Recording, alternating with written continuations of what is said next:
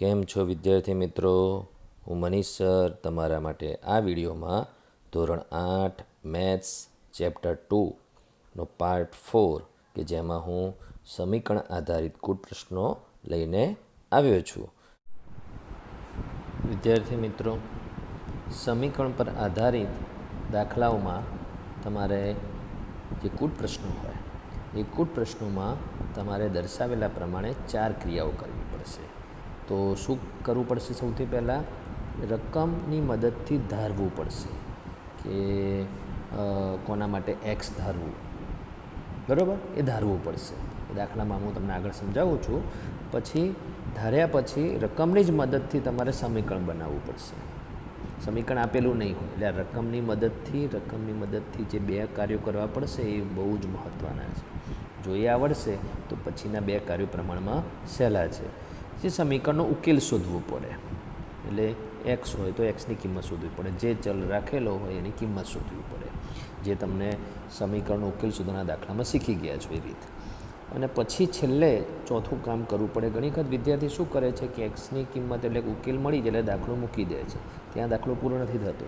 તમને જે જવાબ માગેલો હોય એ ઘણી વખત મેળવવો પડે છે, અથવા જે એક્સ બરાબર જે મળ્યું એ જેનો જવાબ હોય, પણ છતાં છેલ્લે તમારે જવાબ લખવો પડે. તો આ 4 કાર્યો તમારે કરવા પડશે. વિદ્યાર્થી મિત્રો, સમીકરણ પર આધારિત કુલ પ્રશ્નોમાં પહેલો દાખલો એટલે ઉદાહરણ નંબર 1, જેમાં રકમ છે સમય સંખ્યા -7/3 બમણામાં એટલે 2 ગણામાં કઈ સંખ્યા ઉમેરતા 3/7 મળે. રકમને સમજવી એ બહુ જ જરૂરી છે. તમે રકમને સમજશો તો રકમમાં શું નથી આપ્યું એ ધારવું પડશે. તો કઈ સંખ્યા ઉમેરતા, તો આ કઈ સંખ્યા નથી આપી એટલે તમારે એક સંખ્યા ધારવી પડશે, બરાબર? જે હવે આગળ જુઓ તો તમારે આ રકમનું જે વાક્ય છે, સમય સંખ્યા -7/3 બમણામાં કઈ સંખ્યા ઉમેરતા 3/7 મળે. એમાં જો કઈ સંખ્યા મેં રેડ કલરથી બતાડ્યું છે. પહેલું કાર્ય કરવાનું છે રકમની મદદથી ધારવું પડે.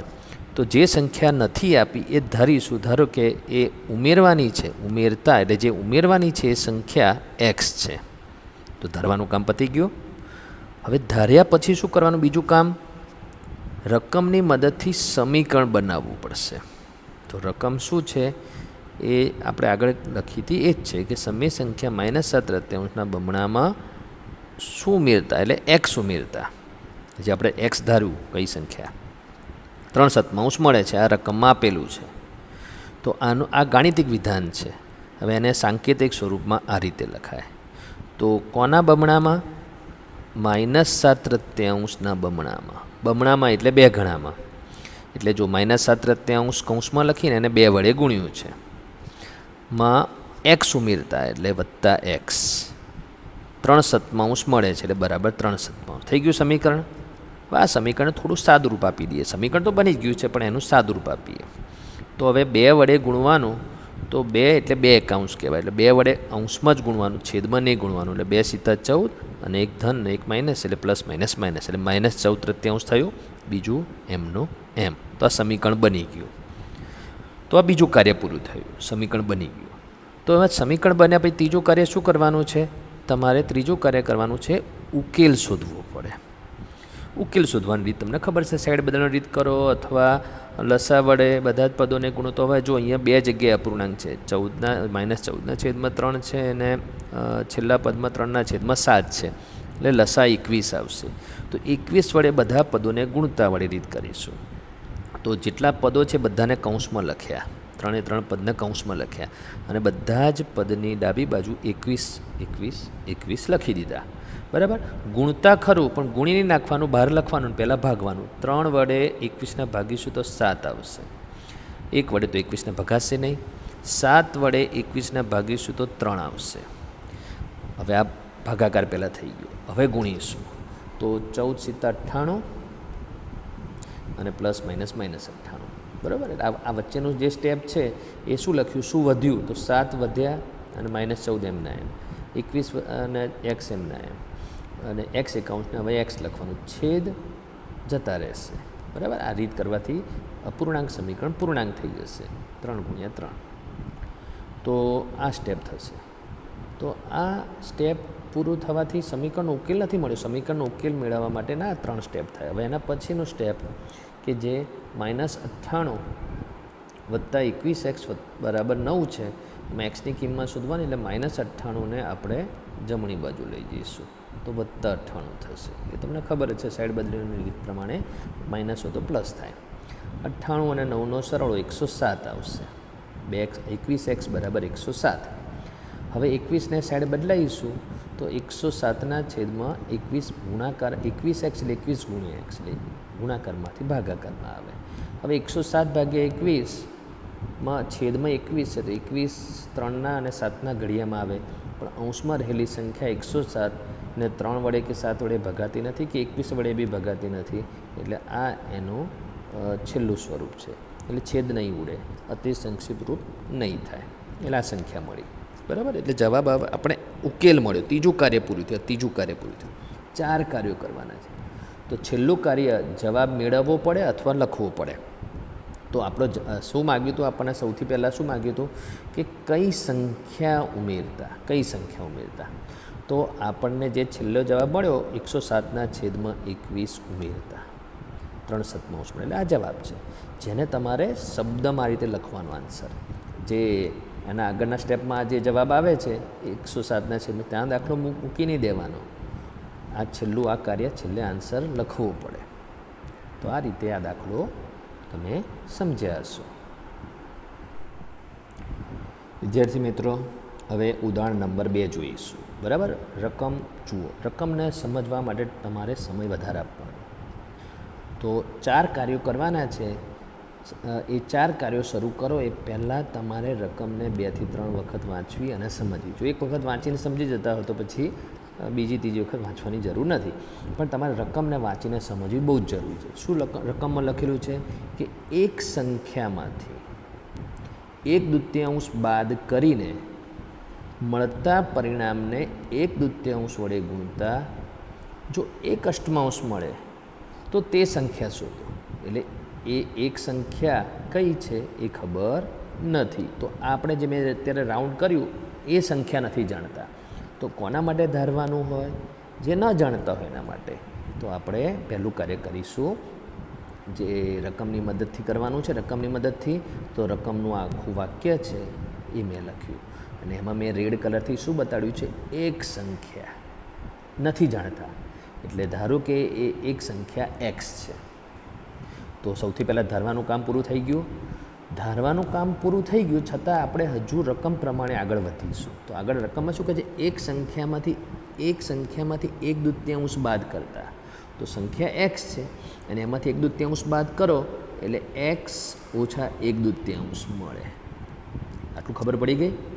અને પછી રકમ શું કહે છે કે જે મળે છે પરિણામ, તો આજે મેં અત્યારે આ કૌંસમાં કર્યું એક્સ ઓછા 1/2, એ પરિણામ કહેવાય. એ પરિણામને 1/2 વડે ગુણતા. તો અહીં લખ્યું છે મળતા પરિણામને 1/2 વડે ગુણતા. તો એક્સ ઓછા 1/2 કૌંસમાં લખ્યું કેમ કે આખું પરિણામ છે, એને 1/2 વડે ગુણવાનું છે. એકલા એક્સને નહીં, એકલા 1/2ને નહીં, આખા પરિણામને, એટલે કૌંસમાં લખવું પડે અને એને 1/2 વડે ગુણતા. એટલે કૌંસની બહાર 1/2 લખ્યું એ ગુણતા કહેવાય. તો આટલું મળ્યું. તો ધારવાનું કામ પૂરું થયું. ધાર્યા પછીનું બીજું કામ શું કરવાનું છે? એના પછી બીજું કામ કરવાનું છે સમીકરણ બનાવવું પડે. તો એમાં બી રકમ જ મદદ કરશે. તો રકમનું આ વાક્ય લખેલું છે. બરાબર. એમાં શું લખ્યું છે? એક સંખ્યામાંથી 1/2 બાદ કરીને મળતા પરિણામને 1/2 વડે ગુણતા જો 1/8 મળે. 1/8 મળે છે.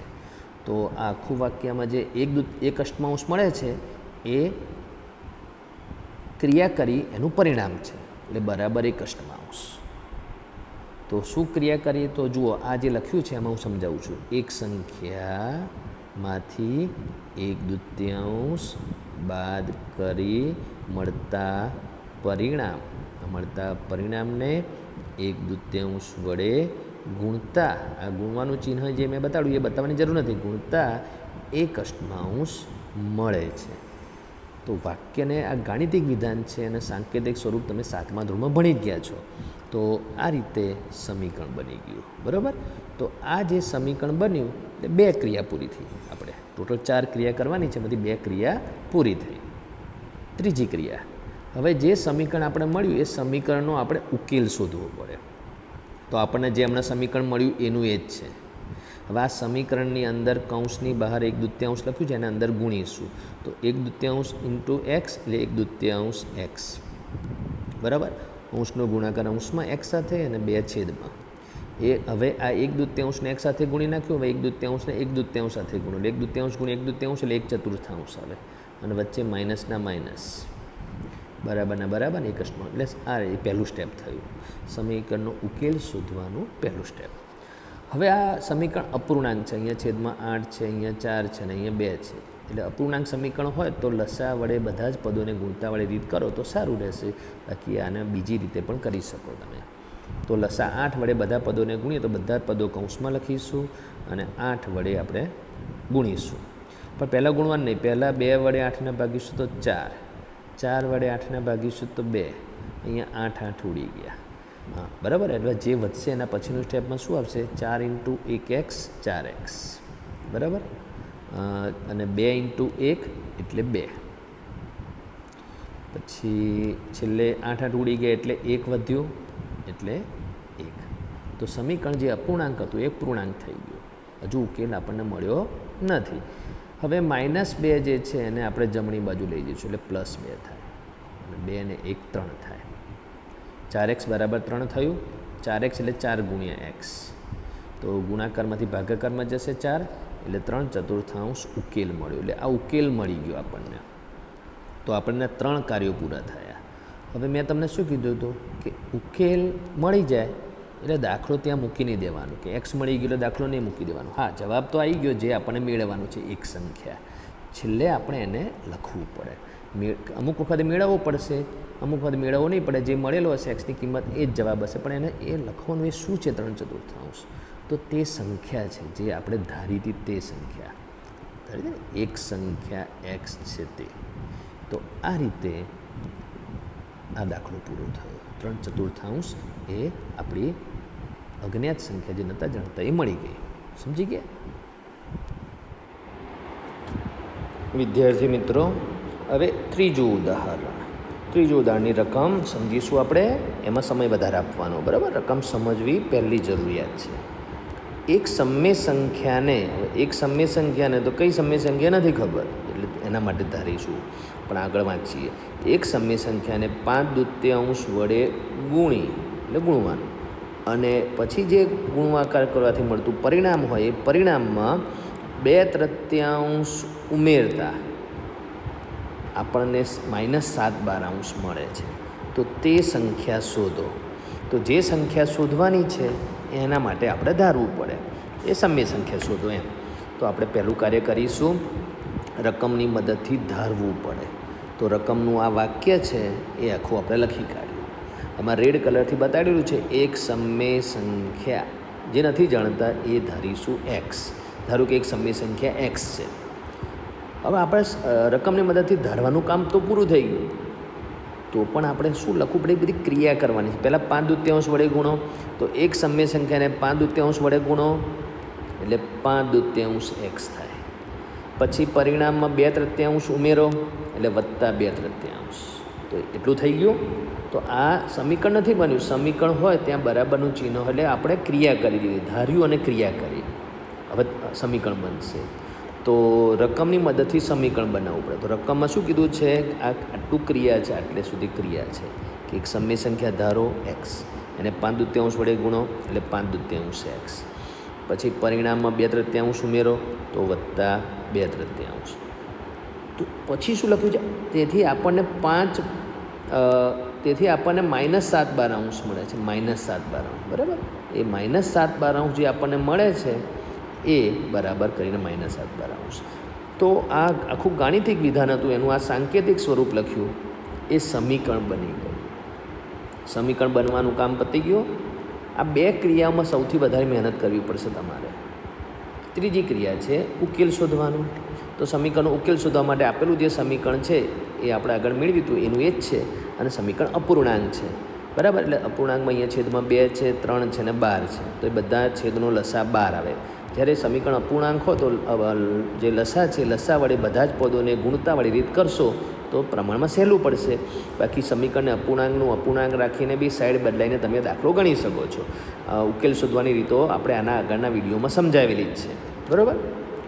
તો બધા જ પદોને 12 વડે ગુણીશું. બધા પદોને કૌંસમાં લખી દેવાના જે આપેલા છે અપૂર્ણાંક પદો એ, અને બધા જ કૌંસની ડાબી બાજુ 12 વડે ગુણતા 12 લખી દેવાના. પણ ગુણવાનું નહીં, પહેલાં ભાગવાનું. તો 2 વડે 12ને ભાગીશું તો 6, 3 વડે 12ને ભાગીશું તો 4, 12 ને 12 વડે ભાગીશું એટલે ઉડી ગયા, બરાબર. અને પછી જે વધ્યું તો 12 6 વધ્યા, અંદર 5x, પછી 12 4 વધ્યા અને અંદર કૌંસમાં 2, 12 ઉડી ગયા એટલે ખાલી -7 વધ્યા. સમીકરણનો ઉકેલ શોધી રહ્યા છે. ઉકેલ હજુ મળ્યો નથી. હવે એના પછીના સ્ટેપમાં શું થશે? 6 પંચા 30x થશે, વત્તા 4 દુ 8 થશે, 30x વત્તા 8 બરાબર -7 આવશે. તો તમે જુઓ 30x વત્તા 8 બરાબર -7. આપણે ઉકેલ શોધવાનું કામ ચાલી રહ્યું છે, બરાબર. તો સમીકરણ અપૂર્ણાંક હતું એ પૂર્ણાંક થઈ ગયું.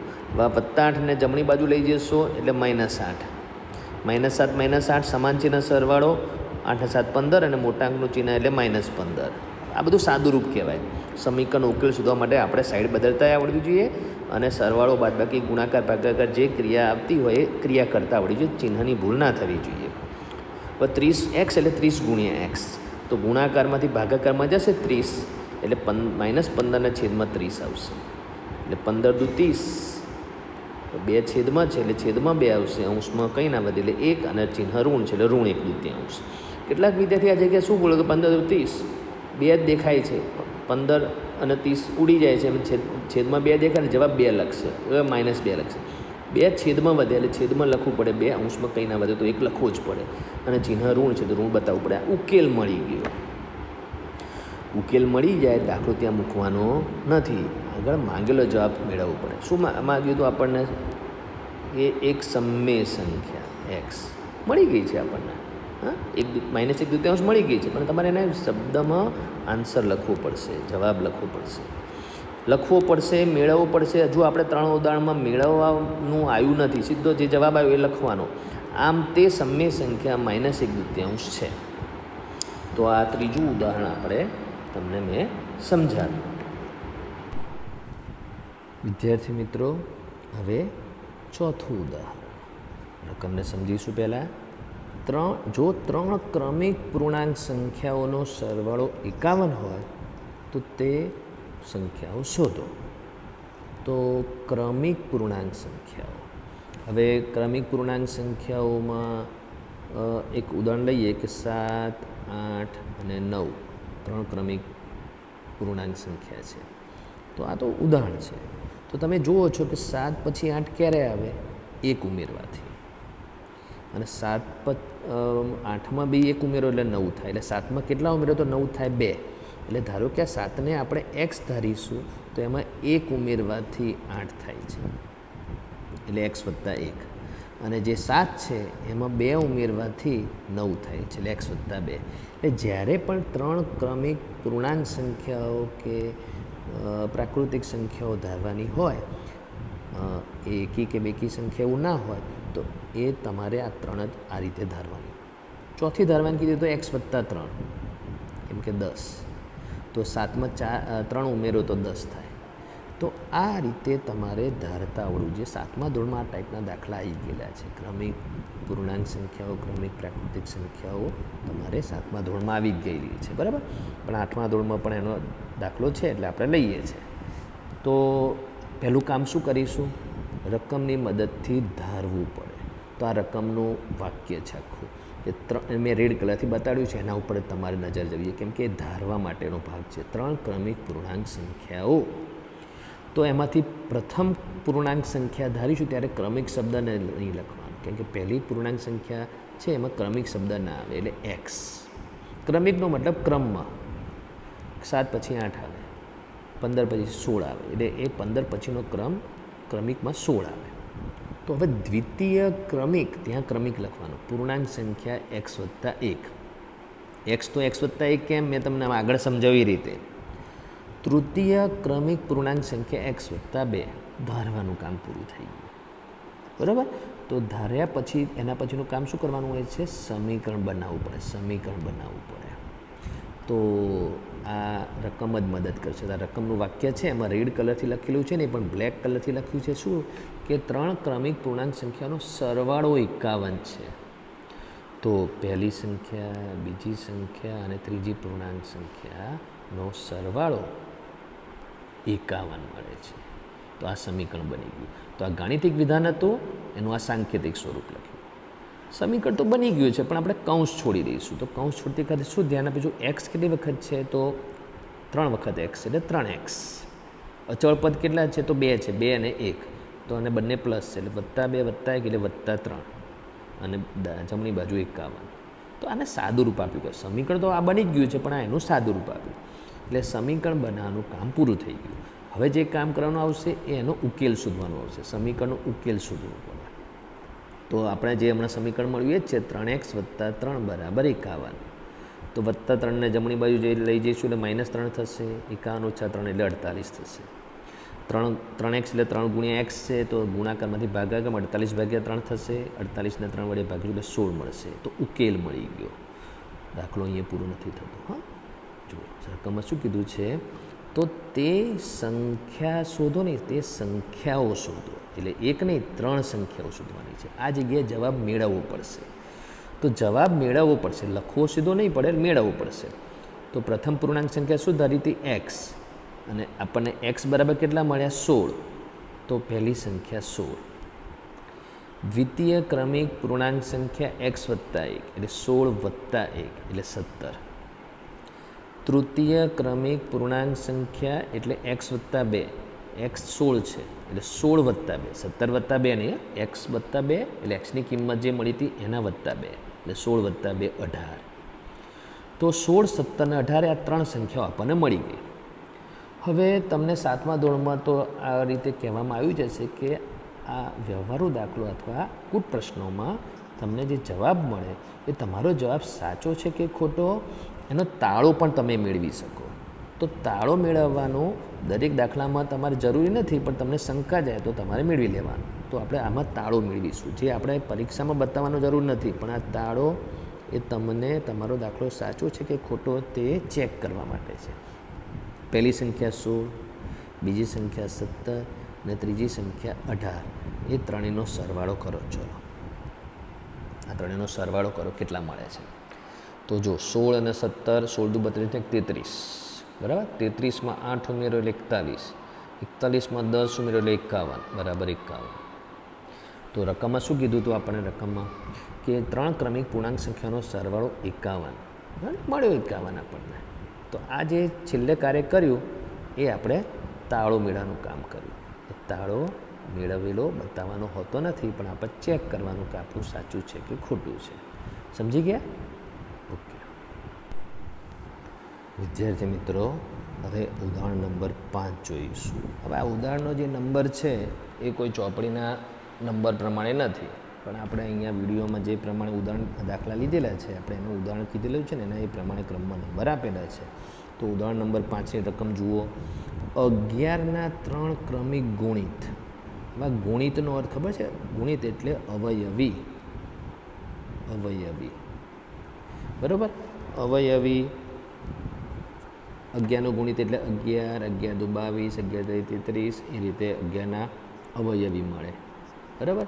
4ના ગુણિત એટલે 4, 4 × 2 = 8, 4 × 3 = 12, ચોખ્ખું 16. એ પ્રમાણે 4ના અવયવી તો 4ના ગુણિત. તો એ રીતે અહીંયા 11ના ગુણિતનો સરવાળો 363 છે. 3 ક્રમિક ગુણિતનો સરવાળો 11ના, એટલે હું એક અહીંયા ખાલી ઉદાહરણ લખું છું, એ જુઓ. 11ના 3 ગુણિત લખું છું. તો 11, 22, 11 × 33, 11ના 3 ગુણિત છે. આ જવાબ આ નથી, આ તો તમે 11ના 3 ગુણિત કોને કહેવાય એ સમજાવ્યું. હવે તમે કેમ આ મેં ઉદાહરણ લખ્યું? તો ચલો 11માં કેટલા ઉમેરવાથી 22 થાય? 11. એટલે આ x હોય તો આ x + 11 લખવું પડે. અને 11માં કેટલા ઉમેરવાથી 33 થાય? તો 22 ઉમેરવાથી, એટલે x + 22.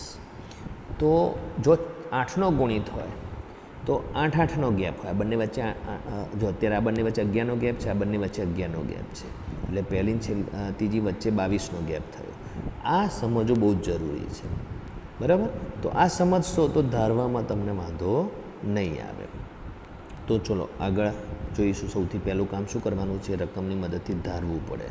તો રકમ જુઓ, એમાં રેડ કલરથી બતાવ્યું છે કે 11ના 3 ક્રમિક ગુણિત, બરાબર. તો એમાં 11નો પ્રથમ ગુણિત એક્સ ધાર્યો, તેથી 11નો દ્વિતીય ક્રમિક ગુણિત એક્સ વત્તા 11 થાય, તેથી 11નો તૃતીય ક્રમિક ગુણિત એક્સ વત્તા 22 થાય, બરાબર. એટલે 11 ઉમેરતા જવાનું, એટલે એક્સમાં 11 ઉમેરો એટલે એક્સ વત્તા 11, એક્સ વત્તા 11નો બીજા 11 ઉમેરો એટલે એક્સ વત્તા 22. તો આ રીતે 11ના ગુણિતને આપણે મદદથી ધાર્યું. તો ધારવાનું કામ પતી ગયું. હવે આગળ સમીકરણ બનાવવું પડે. તો રકમની મદદથી સમીકરણ બનાવવું પડે. તો સમીકરણ બનાવવા માટે આ રેડ કલરથી લખ્યું છે ને, બ્લેક કલરથી શું લખ્યું છે? સરવાળો 363 છે એ ત્રણેય સંખ્યાઓનો. તો એક્સ વત્તા 11 અને એક્સ વત્તા 22નો સરવાળો 363. સમીકરણ બની ગયું. હવે ખાલી એનું સાદું રૂપ આપ્યું છે કે એક્સ કેટલા છે? તો 3, એટલે 3x. 11ના 22 કેટલા? સરવાળો 33, બરાબર 300. સમીકરણ બની ગયું, બરાબર. હવે એના પછી ઉકેલ શોધવાનો. સમીકરણ ઉકેલ શોધવા માટે આપણે જે સમીકરણ મળ્યું તે જ છે. 33ને જમણી બાજુ એટલે -33. 363માંથી 33 બાદ કરો એટલે 330. 330ને 3 વડે કેમ ભાગવાનું? કેમ કે 3x એટલે 3 ગુણ્યા x, એટલે ગુણાકારમાંથી ભાગાકારમાં, એટલે 110x બરાબર 110 મળે. ઉકેલ મળી ગયો. ઉકેલ મળી જાય દાખલો પૂરો કહેવાય નહીં, કેમ કે અહીંયા આ ગુણિતો શોધો, એટલે 3 સંખ્યાઓ શોધો. ગુણિતો શોધો અથવા અવયવીઓ શોધો. તો 11નો પ્રથમ ગુણિત x 110, એટલે પહેલી સંખ્યા 110 મળી. 11નો દ્વિતીય ક્રમિક ગુણિત એટલે x વત્તા 11, એટલે 110 વત્તા 11 એટલે 121, એટલે બીજી સંખ્યા 121 મળી, બરાબર. તૃતીય ક્રમિક ગુણિત x વત્તા 22, એટલે x એટલે 110 વત્તા 22 એટલે 132, એટલે ત્રીજી 132 મળી. તો હવે આપણો દાખલો સાચો છે ખોટો એટલા એ તાળો મેળવવા માટે મેં નીચે લખ્યું છે. તો ચલો 110 વત્તા 121 વત્તા 132 કરી જુઓ તો શું મળે છે? જુઓ તો મળશે 2 ને 1 3, 3 ને 2 5 ને 1 6, 1 વત્તા 1 વત્તા 1 એટલે 363. તો શું રકમમાં લખ્યું છે કે સરવાળો 363 છે, મળે છે 363. તો આ જે છેલ્લે લખ્યું એ તાળો મેળવવા માટે લખ્યું. સાચો છે કે ખોટો આપણો દાખલો? બરાબર, આપણો જવાબ સાચો છે ખોટો એ તાળો મેળવવાનું, બતાવવાનું નહીં, મનમાં અથવા રફમાં કરી લેવાનું. અને કરવું જરૂરી નથી. તમને પહેલાંથી કોન્ફિડન્સ હોય કે હું સાચું જ કરી રહ્યો છું, તો આ તાળો મેળવવાની જરૂર હોતી નથી. તો આ આપણું આ 5મું ઉદાહરણ પૂરું થયું. સમજી ગયા વિદ્યાર્થી મિત્રો? હવે ઉદાહરણ નંબર 6, જેમાં રકમમાં લખ્યું છે કે ચડતા ક્રમમાં રહેલી 3 ક્રમિક પૂર્ણાંક સંખ્યાઓને અનુક્રમે 2, 3 તથા 4 વડે ગુણાકાર કરી અને સરવાળો કરતાં જો સરવાળો 74 મળે તો તે સંખ્યાઓ શોધો. હવે 3 ક્રમિક પૂર્ણાંક સંખ્યાઓની વાત તો આના આગળના દાખલામાં આપણે કરી. તો આમાં નવું શું છે? તો આમાં નવું છે કે ચડતા ક્રમમાં રહેલી. તો 3 ક્રમિક પૂર્ણાંક સંખ્યાઓ આપણે બોલીએ તો મોટાભાગે આપણને ટેવ ચડતા ક્રમમાં બોલવાની જ છે, 10, 11, 12. પણ અહીંયા એટલા માટે જરૂરી છે કે તે 3 ક્રમિક પૂર્ણાંક સંખ્યાઓ જે આપણે ધારીશું એને અનુક્રમે 2, 3 અને 4 વડે ગુણવાનું છે. એટલે 3 ક્રમિક પૂર્ણાંક સંખ્યાઓમાં જે નાની હોય ને 2 વડે, એનાથી મોટી હોય ને 3 વડે, અને એનાથી મોટી હોય ને 4 વડે ગુણવાની છે. એટલા માટે ચડતા ક્રમમાં શબ્દ જરૂરી છે, બરાબર. હવે આપણે પહેલું કામ શું કરીશું? તો પહેલું કામ આપણે કરીશું કે જે રકમ છે એમાં 3 ક્રમિક પૂર્ણાંક સંખ્યાઓને આપણે ધારીશું. તો પહેલી પૂર્ણાંક સંખ્યા એક્સ, બીજી એક્સ વત્તા 1 અને ત્રીજી એક્સ વત્તા 2. તો તમે આના આગળના દાખલામાં સમજી ગયા કે રીતે? તો આ તો સમજ પડી ગઈ. હા, હવે એના પછી શું લખ્યું છે? તેમને અનુક્રમે 2, 3 અને 4 વડે ગુણવાનું અને પછી એમનો સરવાળો કરવાનો, અને એ જવાબ 74 આવે તો સમીકરણ બનાવવાનું આવ્યું. તો રકમની મદદથી સમીકરણ બનાવવા માટે તો જે પહેલી પૂર્ણાંક સંખ્યા છે એને 2 વડે ગુણ્યું, બીજી પૂર્ણાંક સંખ્યા છે એને 3 વડે ગુણ્યું અને ત્રીજીને 4 વડે ગુણ્યું અને એ ગુણાકાર કરીને એ ત્રણેય સંખ્યાઓનો સરવાળો કરવાથી 74 મળે છે. બની ગયું સમીકરણ. તો હવે આ સમીકરણ તો બની ગયું છે. હવે આમાં આપણે કૌંસની અંદર સંખ્યાઓને ગુણી નાખીશું એટલે સાદું રૂપ આપીશું એટલે 2x + 3x + 3 + 4x + 8 થશે. તો અહીંયા +3 કેમ થયું? 3 × x 3x અને 3 × 3 એટલે 3 થયું. અહીંયા 8 કેમ થયું? 4 × x 4x અને 4 × 8. તો આ સમીકરણ બની ગયું. પણ હજુ આમાં સાદુરૂપ થઈ શકે એમ છે. એક્સવાળા પદોનું એક્સવાળા પદ સાથે સાદુરૂપ 4 ને 3 7 ને 2 9x અને એક્સ વગરના પદો અચળ પદ 3 અને 8 છે અને બંને ધન છે +3 + 8 એટલે +11 બરાબર 74. તો આ સમીકરણ બની ગયું. હવે સમીકરણ બન્યા પછી આપણે શું કરવાનું? ઉકેલ શોધવાનો. તો 9x + 11 બરાબર 74. માં +11 ને આપણે જમણી બાજુ લઈ જઈશું તો -11. 74 માંથી 11 બાદ કરીશું એટલે 63. 9x એટલે 9 × x એટલે ગુણાકારમાંથી ભાગાકારમાં જશે 9. 63 / 9 9 સીધા 63 એટલે x બરાબર 7. ઉકેલ મળી ગયો. હવે માગેલો જવાબ શોધવાનો. તો શું માગ્યું છે? તો તે સંખ્યાઓ શોધો. તો સંખ્યાઓ શોધવાની છે. તો આમાં પ્રથમ પૂર્ણાંક સંખ્યા શું ધારી હતી? x અને આપણને x બરાબર શું મળ્યું? 7. તો પહેલી સંખ્યા 7. બીજી ક્રમિક પૂર્ણાંક સંખ્યા x + 1. હવે x કેટલો મળ્યો છે? 7. એટલે આ મેં જે બ્લેક કલરથી બતાવ્યું છે ત્યાં 7 + 1. 7 + 1 કેટલા થાય? 8. તો અહીંયા 8 મળશે બીજી સંખ્યા. બીજી ક્રમિક પૂર્ણાંક સંખ્યા 8 મળશે. તૃતીય ક્રમિક પૂર્ણાંક સંખ્યા ત્રીજી x + 2. એટલે અમે બ્લેક કલરથી બતાડ્યું છે રાઉન્ડ, એમાં xની જગ્યાએ 7 મૂકો. 7 + 2 એટલે 9. તો 7 8 ને 9 આ 3 ક્રમિક પૂર્ણાંક સંખ્યા મળી ગઈ. હવે આપણો દાખલો સાચો છે કે ખોટો ચેક કરવું છે. તો જે 3 સંખ્યા મળી 7 8 અને 9. હવે શું રકમમાં કીધું છે? તેમને અનુક્રમે 2 3 અને 4 વડે ગુણવાનું છે પછી સરવાળો કરવાનો છે. તો આને 2 વડે ગુણીશું એટલે કેટલા થશે? 14. આને 3 વડે ગુણીશું એટલે કેટલા થશે? 24. અને આને 4 વડે ગુણીશું એટલે કેટલા થશે? 36. અને પછી એમનો સરવાળો કરવાનો.